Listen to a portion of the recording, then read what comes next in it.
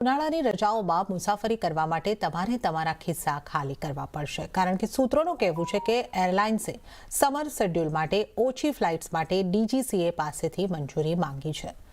સહયોગી કરણ નેઘાંધી આપણી સાથે જોડાયા છે, એમની પાસેથી વધુ માહિતી લઈએ। કરણ, એરલાઇન્સે ડીજીસીએને શું કહ્યું છે? જી, તો જ્યારે પણ ઉનાળુ વેકેશન આવે છે તો આપણે સૌ ઉત્સાહિત હોઈએ છીએ કે એક રજા લઈશું, છુટ્ટી લઈશું અને ફરવા જઈશું। પરંતુ જો તમે આ વર્ષે એવું કોઈ પ્લાન કરી રહ્યા છો અને એમાં પણ તમે ફ્લાઇટમાં મુસાફરી કરવાના છો તો તમારા માટે એક ખરાબ સમાચાર છે, કારણ કે આ વખતે ફ્લાઇટ જે છે તે મોંઘી થઈ શકે છે। એવું કેમ થઈ રહ્યું છે તેની વાત કરી લઈએ તો ફ્લાઇટ્સનું જે છે તે શેડ્યુલ એડવાન્સમાં નક્કી થતું હોય છે।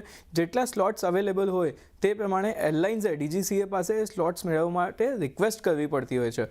તો આ વર્ષે ગયા વર્ષની સરખામણીમાં જે સ્લોટ્સની રિક્વેસ્ટ છે ડીજીસીએ પાસે એ 10% જેટલી ઓછી મળી છે। એટલે કે અહીંયાથી એવા શક્યતા પૂરેપૂરી છે કે આ વર્ષે ઉનાળુ વેકેશનમાં ગરમી જ્યારે ખૂબ હશે ત્યારે 10% ઓછી ફ્લાઇટ્સ જે છે તે ઉડાન ભરશે, જેને કારણે સિમ્પલ આપણે ડિમાન્ડ સપ્લાયનો રૂલ છે કે જ્યારે પણ ડિમાન્ડ વધે છે, સપ્લાય ઓછી હોય છે, ભાવ વધી જતા હોય છે। આવું જ કંઈક આ વખતે ઉનાળુ જે વેકેશન છે તેમાં ફ્લાઇટ સાથે પણ થઈ શકે છે અને 10%ના ઘટાડાથી ચોક્કસપણે ફ્લાઇટ્સની જે ટિકિટના ભાવ છે તે ક્યાંક ને ક્યાંક ઉપર જઈ શકે છે। એટલે આજે 10%નો ઘટાડો છે તે ચોક્કસપણે તમારા ખિસ્સા પર ભારી પડવાનો છે।